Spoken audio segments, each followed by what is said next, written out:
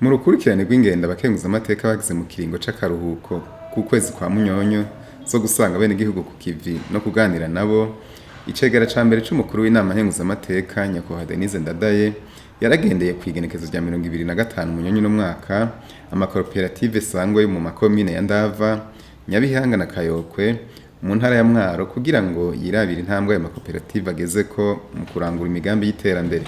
Ayo makoperative yagendeye yose yarahombye kuko impongore zose yahora yororeramwo atagitungwa kikiharamwo. Nyakubahwa Denise Ndadaye yahanuye abanywanyi b'ayo makoperative ngo batunganye ibikorwa vyotuma bayanagura. Yabahimirije kandi kuja kurahura ubwenge mu yandi makoperative yashoboye kwiteza imbere kugira ngo babaze ingene yabigenjeje. Yasavye abajejwe intwaro gukurikiranira hafi ibikorwa vy'amakoperative kugira ngo bayafashe kwiteza imbere.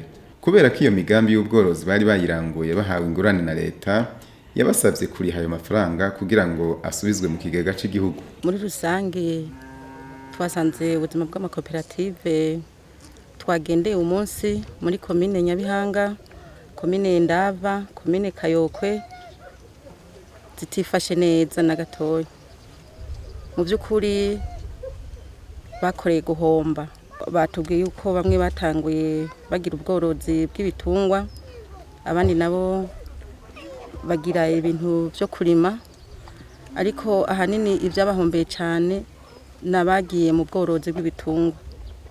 Abandi nabo twasanze habaye kudakurikirana, ukutumvikana ingene umugambi umeze, ntibatahuye kumwe abenegihugu muri rusange. Bamwe bumva umenga n'amafaranga bahawe, abandi nabo bakumva umenga boyakoresha uko bashaka, abandi nabo bakumva umenga bogabura. Barabitanatana ko rero ntibigeze begera abajejwe intwaro ndetse n'abajejwe intwaro. Harabaye ukudakurikirana muri rusange ayo makoperative.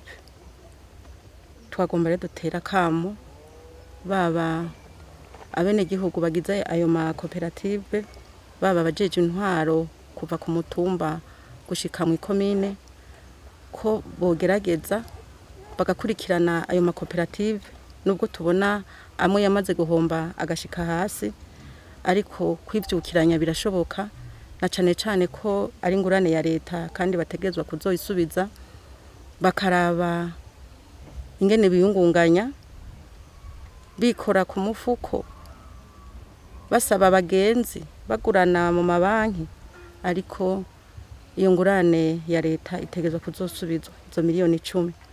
Nukuvuga rero twariko twipfuza kugira ngo intwaro ibafate mu mugongo, ibakurikirane bahire ku mutumba, na cane cane abajejwe amagara y'ibitungwa babegere, babagira inama ingene boshobora gukora iyindi migambi ishobora gutuma bivyukiranya.